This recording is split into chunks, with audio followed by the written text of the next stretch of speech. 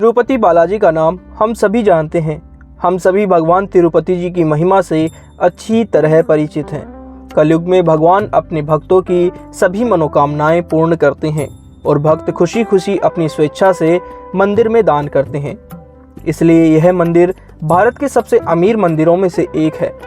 लेकिन क्या आप जानते हैं कि मंदिरों में इतना धन दान होने के बाद भी मंदिर के भगवान गरीब हैं और कर्ज में डूबे हुए हैं।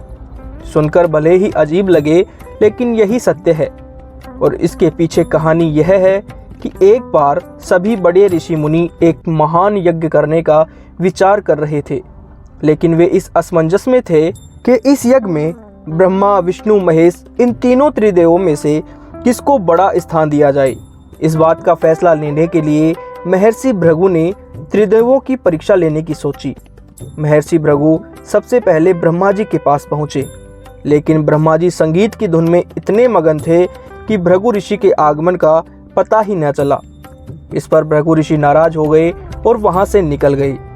इसके बाद भृगु ऋषि भगवान शिव की तरफ चल दिए, तो वहां पहुंचने पर शिवगणों ने महर्षि को यह कहकर रोक दिया कि भगवान शिव माता पार्वती के साथ एकांत में चौसर खेल रहे हैं। इसके बावजूद भी जब महर्षि भगवान शिव के पास पहुंच गए तो यह देखकर भगवान शिव क्रोधित हो गए और भृगु ऋषि को इस कृत्य के लिए दोषी ठहराया।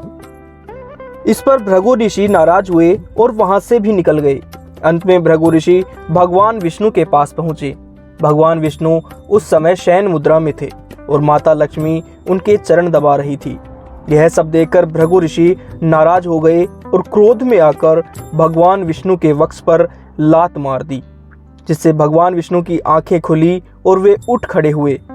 लेकिन गुस्सा करने के स्थान पर भगवान विष्णु ने भृगु ऋषि के पैर पकड़े और कहा कि हे ऋषिवर, मेरे कठोर शरीर पर प्रहार करने पर कहीं आपकी कोमल पैर पर चोट तो नहीं लगी ना। भगवान विष्णु के इस कोमल स्वभाव को देखकर भृगु ऋषि अत्यंत प्रसन्न हुए और भगवान विष्णु को त्रिदेवों में सबसे श्रेष्ठ मान लिया और वहां से चले गए।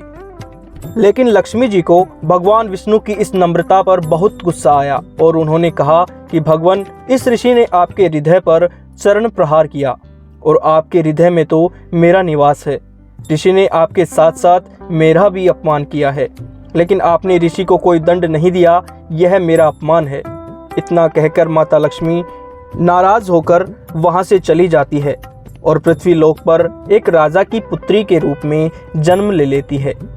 फिर भगवान विष्णु माता लक्ष्मी को ढूंढते ढूंढते पृथ्वी पर आ जाते हैं एवं जब उन्हें पता लगता है कि लक्ष्मी जी ने राजा की पुत्री के रूप में जन्म ले लिया है, तो भगवान विष्णु ने एक ब्राह्मण के घर जन्म ले लिया, जहां उन्हें श्रीनिवासन नाम मिला। जब वे दोनों वयस्क हो गए तो श्रीनिवासन ने लक्ष्मी जी को विवाह का प्रस्ताव भेजा और लक्ष्मी जी विवाह के लिए राजी हो गई।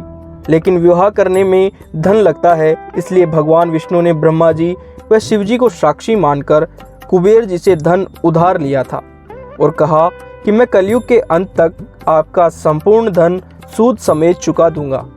इसलिए भगवान को कर्ज मुक्त करने के लिए भक्त मंदिर में अपनी इच्छानुसार दान करते हैं, ताकि भगवान तिरुपति कर्ज मुक्त हो सके। इसी कारण भगवान तिरुपति को गरीब भगवान कहा जाता है, क्योंकि सारा दान धन तो कर्ज उतारने में ही चला जाता है।